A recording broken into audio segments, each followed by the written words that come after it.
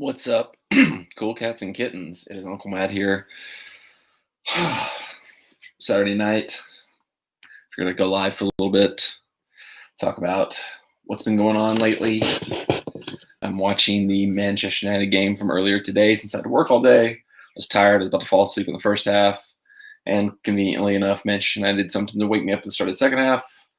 They've given away a penalty, so we'll see how that goes. If VAR looks at it, if West Brom scores it, who knows what's going to happen. So that'll be going on in the background while we go over some other stuff.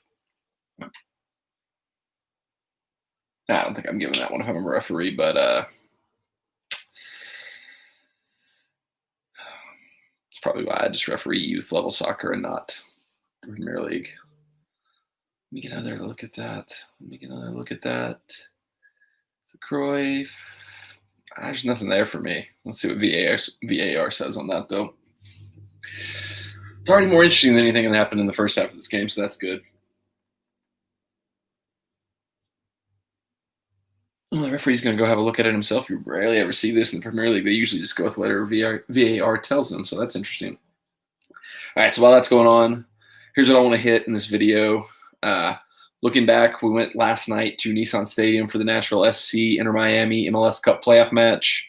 First ever playoff game in Nashville Soccer Club history. First ever for Inter Miami too. Inter Fort Lauderdale, if you're being honest with who they are. So we went there, so I want to recap that game, talk about the overall stuff that went on at the stadium outside of the game too a little bit. And we'll look over our bets for today in college football. Spoiler alert, not going great. Then kind of wrap up, we'll preview. Oh, waved it off. VAR. No penalty. Good job, team. That's why we have VAR. So we'll wrap up. I want to preview the Titans game just a little bit. Just a quick little thing. Go over what's going on with them. So last night, Nashville SC beats Inter Miami 3-0. Great game. It went pretty much how I hoped it would, how I thought it could. You can never tell with Nashville. They've been, hot and cold when it comes to goal scoring, but I thought with Inter being shorthanded due to COVID issues, just generally, I thought we were the better team even before all that news broke about them having some players out and stuff like that. But, we just kind of ran roughshod. We controlled the game. We dominated it. Took our foot off the gas a little bit in the second half and kind of let them have a little hint of life, but really nothing. It was the first time that I think Nashville was able to play with their best 11 on the field. We had all three of our designated players available and starting. We had Mule, the player we traded for, was in there. We had our center back Rocks back there, our goalkeeper who led the league in clean sheets. Both of our top defensive midfielders, our playmaker, number 10. We had everybody. I think we had the 11 that Mike Jacobs, Gary Smith, and co. wanted to build for this team. So, it's perfect timing, And it was good because we came off something crazy like 13, 14, 15, maybe more days off after having played like 2 to 3 games a week ever since the season restarted. So we were refreshed, had our best lineup, played the best game by far we've played all season, controlled possession, attacked at will. Miami basically had nothing. I mean, they passed a little bit around in the second half. They got a little bit more possession. They found some shots, but nothing that was really threatening. And honestly, it probably could have been worse. Bruno Fernandes just had a nice shot that I think Harry Maguire somehow blocked. But it was a good win, promising result looking as we go forward to the next game. I got Toronto FC on Tuesday night, the U.S. men's national team retirement club up there. Michael Bradley, Omar Gonzalez, Josie Outdoor. Still a solid team. There's a reason they're the second seed, and we were down at 7th. They overall had the better season, but I think we're kind of hitting our stride. Like I said, we found who we are, what we're all about. Wasn't good to see Godoy go off, limping a little bit in that last game. Hopefully it's a short turnaround time, so that's going to be difficult, but would love to see him back in there because he's been arguably one of our most important players this season, so certainly don't want to not have him for big playoff game. One thing I've said 100 times to people when I've just been talking about NSC is the fact that we've got such a solid defense, that we've built a well-disciplined team that can defend and create a little bit of possession. I think that spilled something. I think that bodes well for potentially going a little bit further in the playoffs because you really don't have to score goals to win knockout games in soccer. Play good defense, keep it tight, 0-0. Maybe you still won on a free kick. Maybe you still won on a counterattack, get a 1-0 win. But 0-0, go all the way through to kicks from the mark, win there, and you still get to go to the next round. So I like our chances. It should be a good game Tuesday night. I'm looking forward to that. Hopefully the boys in gold get another win and we keep rolling on, because I think it's time some people recognize what a good job our team did, especially, Mike Jacobs and Gary Smith of building this roster, building this team, especially because so many people said we did it the wrong way and didn't spend enough, didn't do this, didn't do that. I mean, Walker Zimmerman to me is probably one of the best acquisitions in MLS history. I mean, huge, huge player for us. I don't know where we would be if we hadn't managed to pull that one off. But outside of the actual game, so if you go to Inter Miami's Twitter account, they celebrated this whole deal. They had a big, not big, it was maybe like 20, 30 people support section. I don't know if they traveled from Miami. I don't know if there's like local people here that are Miami fans or have some kind of connection back to Miami that made them before Inter Miami or what that was, but it was pretty much like what you would see a regular supporter section, except with a lower total amount of people be at a soccer game. Like they were clumped in together, no spacing, no social distancing, no mask, no, they had shirts off. I don't know if that contributes to COVID, taking your shirt off, but, and the Nissan Stadium security was just kind of staring at them. They threw out one guy about 20 minutes into the game after Nashville scored the second goal. But other than that, they just kind of watched them, just let them do whatever they wanted to do, which is kind of crazy because they, from the Titans games and NSC games previously, they've been really quick to like grab NSC fans, grab Titans fans and tell us, hey, make sure your mask is on, make sure you're doing blah, blah, blah, blah, blah. But they weren't sitting in their designated seats. They were all on top of each other. The guy who got tossed only got tossed because he kept touching this tarp that he wasn't supposed to be touching. He didn't get tossed for anything else. Oh, holy crap. Now United's got a penalty. Yeah, that's a handball. That's a penalty every time. Good job. Don't even need VAR on this one. But so they let him be kind of – and, hey, hats off to those Miami fans. They were singing. They were chanting. They were into it all game, even their team was terrible, and they got run off the field. So props to them. Good by them, It's good enthusiasm. Under normal circumstances, under a normal, world, I would have had no issues with what was happening there. In fact, I'd have been impressed. Like I said, singing, dancing. They didn't leave early. They, saw their team all the way through. That's a Jude and the Lion. That's our lyric. I'm not going to use that for them. But because they got so out of control, because they were never reeled in, there was no attempt by Nissan Stadium security to kind of calm them down or kind of get them to fall in line with what they're supposed to be doing. By the end of the game, they were just completely out of control. And as they were going out, from the stadium, there were some Nashville fans that were, chanting friendly rivalry. You chant all game. Now we're chanting now. They didn't take that too well. They started chanting, some Spanish slurs, insults back at the Nashville fans, started flicking them off, started going up and started getting in each other's faces. Finally, this is in the tunnels, walking out of the stadium, finally some security starts getting up, but all they're saying is get out. They're not trying to get control. And there's basically get out of the stadium. That way you're not our problem anymore. That was essentially what security's doing. Here comes Bruno. Oh my God. Bruno went from being unstoppable at penalties to he misses them all now. What do we got here? We got an encroachment? Are we getting a retake? Oh, yeah. Goalkeeper's way off the line. That's going to be a retake. Way off the line. Former Manchester United Academy product, Sam Johnstone. He's had a really good game for West Brom. I got to give him credit there, but he was good 5 yards off the line there. VAR actually gave the retake. I mean, it is what it is. It's kind of a – yeah, he's way off the line on that one. He was about halfway to the 6 on that one. All right, so Bruno gets another shot at it here. Anyway, but the fact that NSC – or not NSC – Nissan Stadium security didn't take control of the situation that was going on with the Inter Miami fans sooner, basically just stood there and watched them. Literally at one point in time, if you ever watch European soccer, when there's actually fans there, they put security all along the supporter section for the visiting team to make sure that they don't go and try to – okay, Bruno makes it on the retake. There we go, 1-0 United. So they'll put security all along the aisles around the supporter section for the away team to make sure they're not going out and attacking home fans. And they actually usually will make them stay in that section until most of the home fans have cleared out, and then they'll let them leave later. The Nissan Stadium security lined up on the side of the supporter section for Miami that was opposite where all the Nashville SC fans were. But what was on that side that they were protecting? A tarp. Like I said, the one guy who got tossed out because he kept like banging on a tarp that was at the front of the section. They put like 10 security guards in front of this like Heineken tarp that was over the section next to the Miami section. So clearly Nissan Stadium was more concerned about protecting the tarps that were covering some seats, and they were protecting Nashville SC fans because so in the tunnel, they're fighting. There's a little bit of scuffle. I don't think they got to a fight in the stadium, but they were screaming at each other. They're getting each other's faces, being big, tough guys. The Nissan Stadium security's like, just get out, get out, get out. Because once they're outside the stadium, they're no longer the security's problem. They let the situation get out of control, so they had to get it out of there as fast as possible to let like maybe cops or somebody else deal with it once it's outside the stadium. Then sure enough, once they got outside the stadium, that's where it really started to scuffle. I heard some reports that actually broke down into a full fight. I never saw that. I was nearby. There's a lot of the little things you see usually in this type of situation. They were circling, they were running around. Everybody's got a buddy that's holding them back, and everybody was yelling at each other in Spanish. So I don't know what anybody was saying to each other, but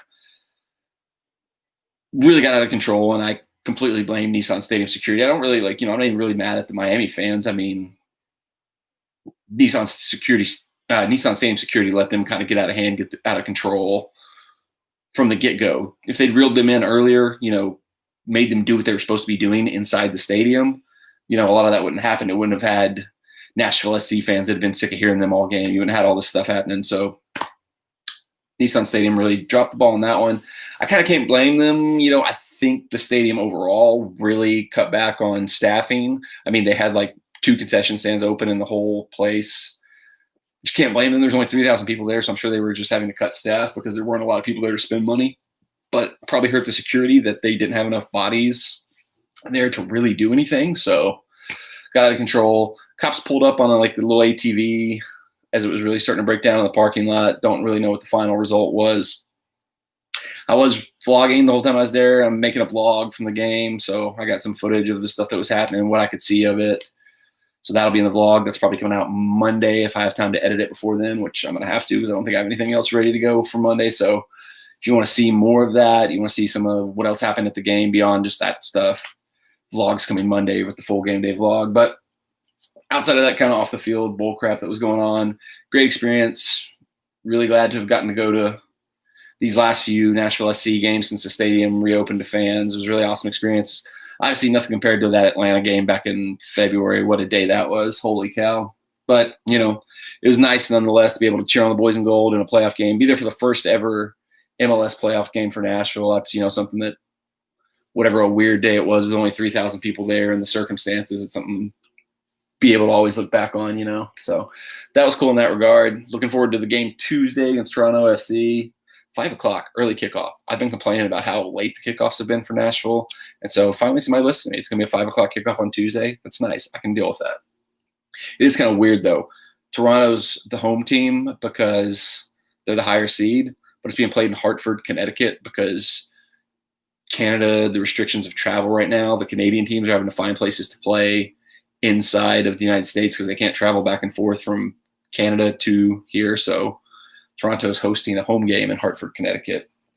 There was talk that the Raptors might play games in Nashville because the Toronto Raptors for the NBA, but I think I heard they actually have settled on Tampa Bay is where they're going to play their game. So could have had the Nashville Raptors. That'd been really cool. I totally would have bought Nashville Raptors merch if that was something that happened, but it doesn't look like it's going to happen. But that's all for Nashville. It was a good game, fun time. So let's look at what's going on. College football, kind of wrapping up the day right now. We've got Bedlam still going on. Oklahoma State, Oklahoma, 34-13 Oklahoma. I've actually got that on my second TV right now, so I've got 2 games going right now. I do have the over in this game. It's one of the last plays I've got going today. I had it at, where do I have this? Had it at 59.5, so it's at 47 right now with 8 minutes left in the game. Need 12.5 points in the next 8 minutes. I don't know. It's not looking too good in the way the rest of the day is going. I wouldn't expect this one to hit. I've still got the late game. That was Mr. Cat's pick of the week. If you watch our college football pick'em videos, Mr. Cat selected Boise State minus 14.5 as our lock of the week. So we doubled up, put 2 units on that game. It's coming up at 10 o'clock. I'm definitely not staying up to watch that. I'm exhausted from work and from watching this boring United game. So as soon as I finish this live stream, I'm probably going to bed. Hopefully I wake up and find out that Mr. Cat's lock of the week hit. Who knows? Here's what else we had today. Mostly losers. Ohio State, I had that money at minus 20.5 against Indiana. They had that basically the entire game. And then I don't know. I was working all day, so I didn't get to see hardly any of these games. I was just getting updates on my phone.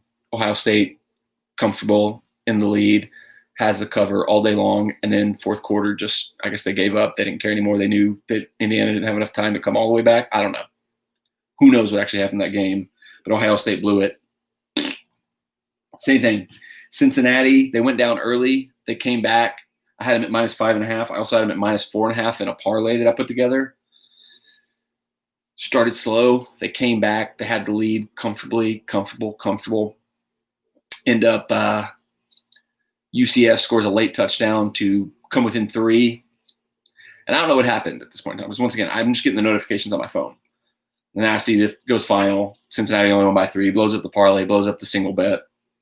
And I come home and see the replay that they actually had a chance to score and push the total back to what we needed it to be.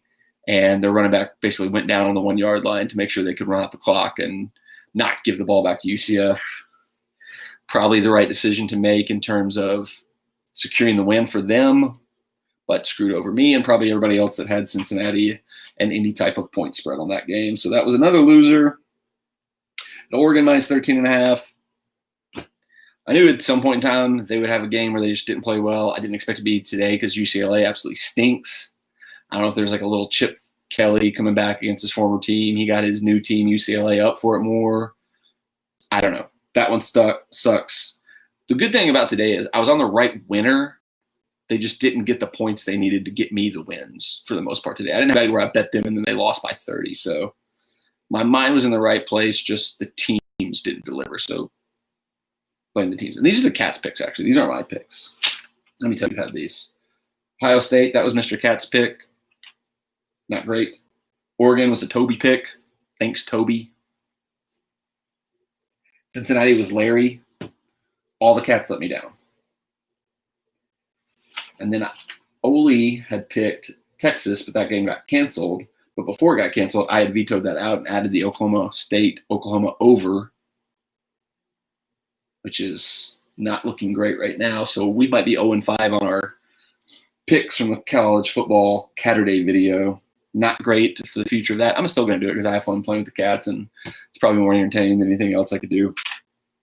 Luckily, I added the BYU Northern Alabama over 59.5. BYU got that by themselves, so that was a good one.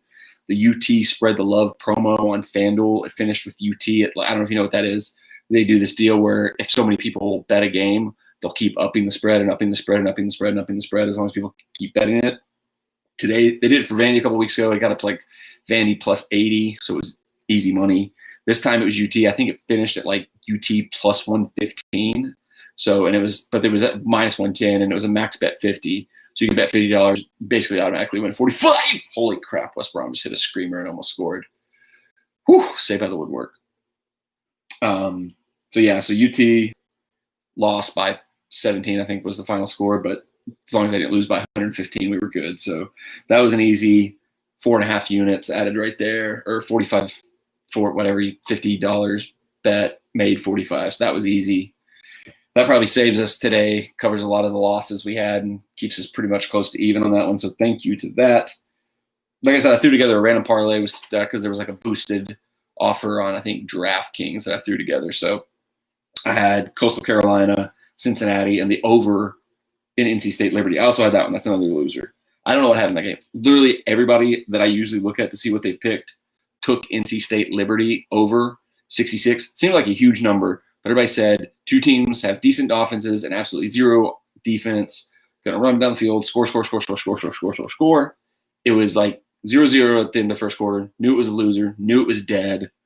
And it did die. It died a horrible death. I think the final score was something crazy like 14-10.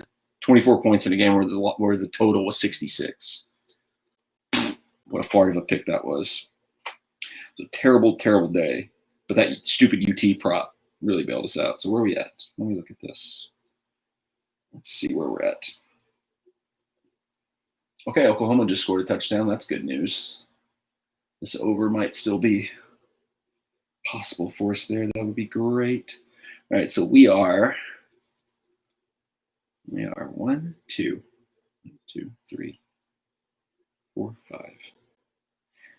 With 2 things still in play, the Boise game and the over in the Bedlam game, we are 2 and 5. 2 things still in play. Got a chance to finish 4 and 5 and plus money because that UT stupid spread the love promo got us a lot of extra dough. That's going to save us a little bit on that one. So that's good to know there. Just need a little bit more points in this one and need Boise State to beat the crap out of Hawaii, which it's in Hawaii. I feel bad about that one now. I'm not so sure that that was the best option on that one. Oh, man. Rough day. Do want to say, if you haven't watched the NFL picks video with Sissy yet, go watch that. We've got 5 picks that I think are pretty good on that. I thought the cat picks were pretty good. They weren't, so who knows? Maybe go fade those picks. I don't know. I've picked up a few additional things that I've added to the 5 that we made in the Sissy video. So look at these if you've already watched the Sissy video. Warren Sharp is doing a free week on his site. He's usually he's hitting 70% of his bets this season, which is a good number. He put out a recommendation for Alex Smith over 23.5 completions for the Redskins tomorrow. Makes sense to me. You'd think he'd probably throw, he threw for 390 yards last week. 23's a reasonable number that he could probably get to pretty easily. So I took that one. DraftKings has a prop. They boosted Derrick Henry to have more rushing yards than Lamar Jackson up to plus 100. So it's even money. Whatever you bet, you get your bet back. You basically double your money if that happens. This is one where if Derrick Henry doesn't outrush Lamar Jackson tomorrow, the season's probably over for the Titans because that's just bad news all over it. Not if you know me, I don't bet Titans unless it's stuff like that where it's a random player prop that seems like it's a good bet and easy to play. I'm not betting anything on the total, not betting anything on the either side. I can't bet the Titans outside of little stuff like that. So please, Derrick Henry. I feel like 60, 70 yards is all he's got to hit to have more than Lamar. So I think that's going to be one of the main things we try to do is to contain Lamar. I think that's going to be our number one defensive strategy. So, 30-ish yards I could see Lamar Jackson rushing for. So I think if Derrick Henry can get somewhere in 60 to 70, that's a safe bet that he will beat that. I think that's a safe bet with all the injuries the Ravens have that he can do that. So going with that. Then I did something I haven't done in a while. I decided to do it just because I haven't done it. Like I said, I haven't done it in a while. It's kind of fun. Throw together just a crazy multi-leg parlay. Pay out big if it hits, but, probably won't. But it's fun. So I've got all money lines: New Orleans, Cincinnati, Carolina, Miami, New England. So a plus 1760 was the odds I got that at. So that's pretty good odds. But I don't think there's any way all 5 of those teams win. But if some miracle they do, really nice for me, good money. So that's what I added. You can go back and watch the Sissy video to see our original 5 picks too for that. But on the subject of NFL, big game tomorrow, Titans-Ravens. Both teams coming off bad losses. Kind of crushing losses for both teams, honestly. Both teams desperately needing a win. Titans somehow are technically out of the playoffs right now. Started 5-0, then went to 5-1, then 6-2, now 6-3, and they're technically outside looking in. If the playoffs started today, got to get a win. And it's important to get a win against a team like the Ravens because the Ravens are probably going to be a team that we're going to end up having to be ahead of in the wild card race if we don't somehow get back ahead of the Colts in the division race. So huge game on multiple levels. Just got to get back on track, got to get a win, but it's a team that we're going to be competing head-to-head with probably for playoff position. So even more so, it's an important day to get a win against them. I felt really good about – okay, so I've gone through different phases about how I feel about the Titans game tomorrow. Immediately after the Colts game, oh my God, Sam Johnson with another great save. He's been on fire today. So immediately after the Colts game, I was down on the Titans. I was like, I don't know what we can do. The Ravens are going to smash us if we can't, do any better against the Colts than we did. The Ravens are going to demolish us. Revenge factor from the playoffs, all that extra stuff. I just was not feeling good about our chances against the Ravens after that Colts game. Then the Ravens looked terrible against the Patriots. A lot of people blame the weather, but the Patriots were playing in the same weather, and they managed to get some points and win the game. So what are you going to do? So I felt better. Kind of got back to the mindset that, what worked against them in the playoffs last year can work again this year. Like, we're kind of built the same way. They're built the same way. We're not that different either side of the ball, either team. Obviously, our defense has played a lot worse this season than they did last season, but I thought we had 10 days off. So we had time to rest up, time to heal up, but also time for the coaches to finally, because between the COVID weeks where we weren't practicing all, a regular NFL week, I think they usually only have maybe one real full day of practice and 2 lighter days, and then kind of everything else is rest and recovery. So realistically, to make some major changes, major overhauls, major, switches to the way we're setting things up, to the way we're attacking teams, you can't really do that on a normal week. So it was and we lost our bye week because all the COVID stuff. So that was normally when you could kind of make those changes, kind of try to install some new stuff. And we didn't have that opportunity because the bye week got lost. So this was kind of a mini bye week, having 10 days off from the Thursday game to this Sunday. So I was let's get healthy. Let's take this opportunity to correct the issues we've been having. Let's fix the defense. Let's get the offense back in sync. And somehow we've come out of this 10-day break more injured than we've been all season. I don't know how that's possible. The Clowney's on IR, so he's out for at least the next 3 games. It's almost like they maybe shouldn't have forced him to come back to play because he wasn't really giving us anything anyway. Probably should have put him on IR a lot sooner and let him get right for the stretch run now. Don't know if he'll even come back this season because by the time we get through the next 3 games, the season might be over and it might not be any point for him to come back and risk messing whatever's hurt up worse. Kenny Vaccaro's out. Didn't even know Kenny Vaccaro was hurt. Feel like it's insane players get hurt in practices when they barely are doing practices anymore the way they used to. It's crazy. That's a huge loss because our secondary is already terrible. Him and Byard are kind of the 2 constants we had. I mean, they haven't been having the greatest season ever, but I mean, there certainly have been amongst the most solid players we've had, and now he's out. So now we're going to Jonathan Kalu and Crookshanks back there. It's not a good matchup. Still no Adoree Jackson. I don't know why they bothered bringing him off IR. It doesn't seem like he's going to play. You might as well just put him on IR for the full season and try to find out some kind of permanent solution there. I think Fulton's still gone. We've got so many people out that Isaiah Wilson, our terrible bust of a first-round pick at tackle, is going to manage to actually play this week. Well, play. He's going to be active. Unless something crazy happens, he's going to be active. Get Ole in the shot. He's going to be active. First time ever. Doubt he gets on the field. I mean, it's possible. We've got Roger Saffold's going to be out this week. Dennis Kelly's been banged up, but it sounds like he's going to play. Ben Jones is questionable, but Isaiah Wilson wouldn't play center. So he's going to be in the game, or he's going to be active for the game. Does he play?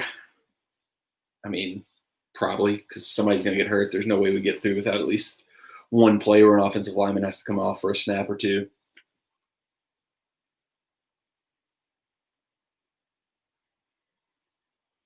Kareem Orr's out. We needed another cornerback to be out. It's not like he's been any great strides, great player for us, but, we just need people out there because we've got too many injuries.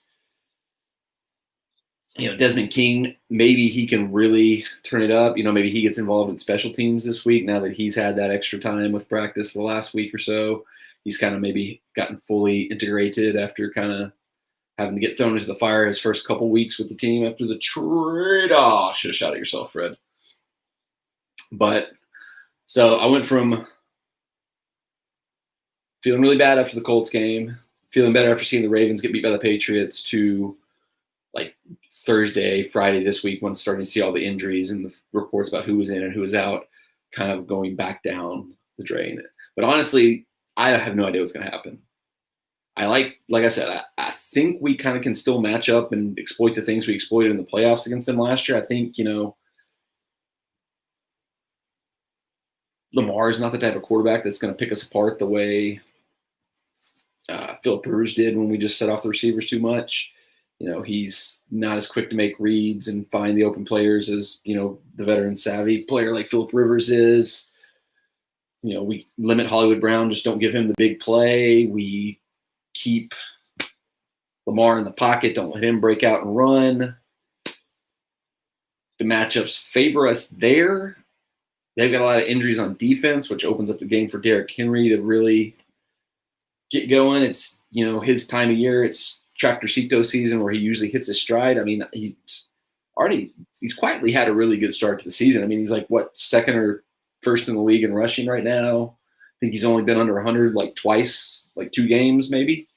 So, he hasn't had the crazy just Derrick Henry destroys everybody game yet. I mean, he had the iconic play against the Bills and Josh Norman, but Oklahoma State's on the goal line trying to get in and get some points here for us. That'd be nice.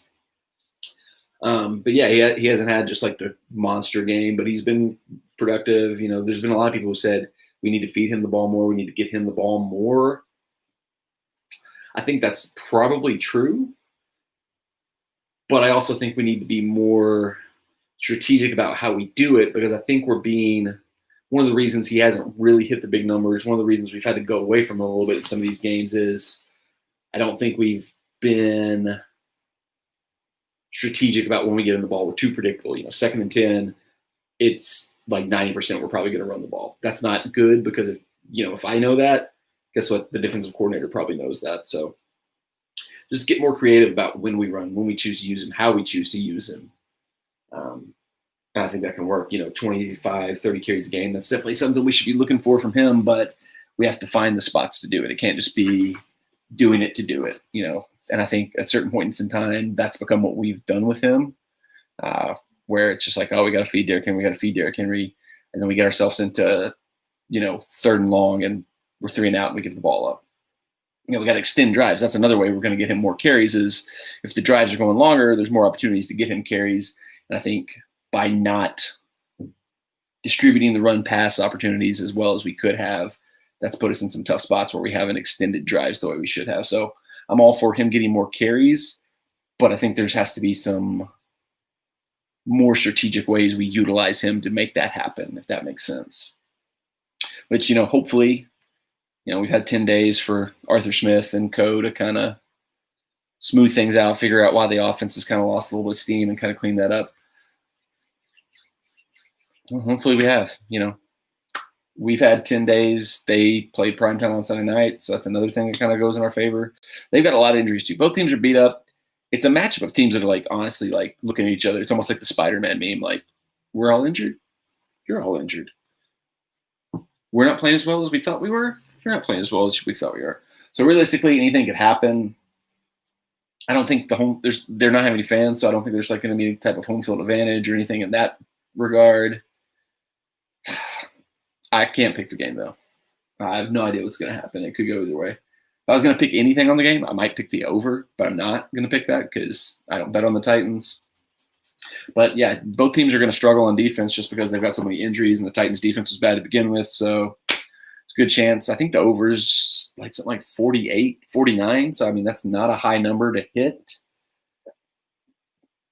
Of course, it could be a game where the offenses have both kind of lost steam and are falling apart, so it might end up being like a 17-14 game. I don't know. That's why I don't bet Titans games, because they can hurt me in more ways than one if I bet on them. So stay away from the Titans. Working again tomorrow, though, so I won't even get to watch the Titans game live, so that's unfortunate, but it is what it is. Got to make money, got to pay the bills. But I'm going to watch it live on tape delay tomorrow night when I get home from work. Hoping I'm home earlier tomorrow night than I was tonight, but the odds are not good about that. I just feel like we're getting back to my work's getting back to where we're working kind of full days. We had a nice little stretch where I was being done with work by like 3 o'clock every day, but I think that's over. So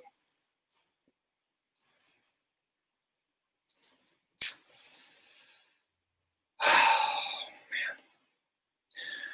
think that's all I wanted to talk about.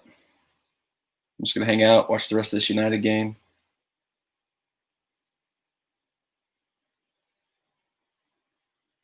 Oh, man. Oklahoma. Stopped Oklahoma State down in the red zone, didn't give up a touchdown. And now Oklahoma's just running out the clock. So we're going to lose on Bedlam. 54 when we needed.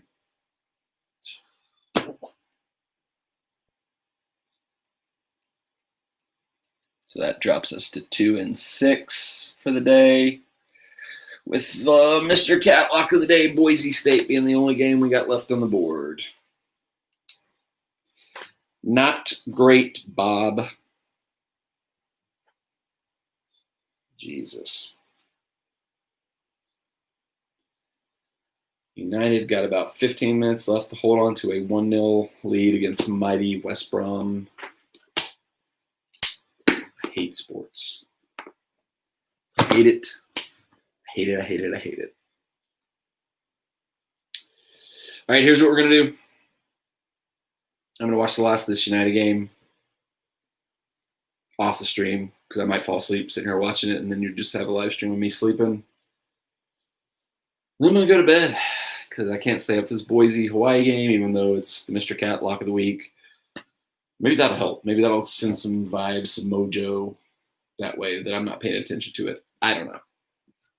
Go watch the video where Sissy gives her picks for tomorrow's NFL Sunday.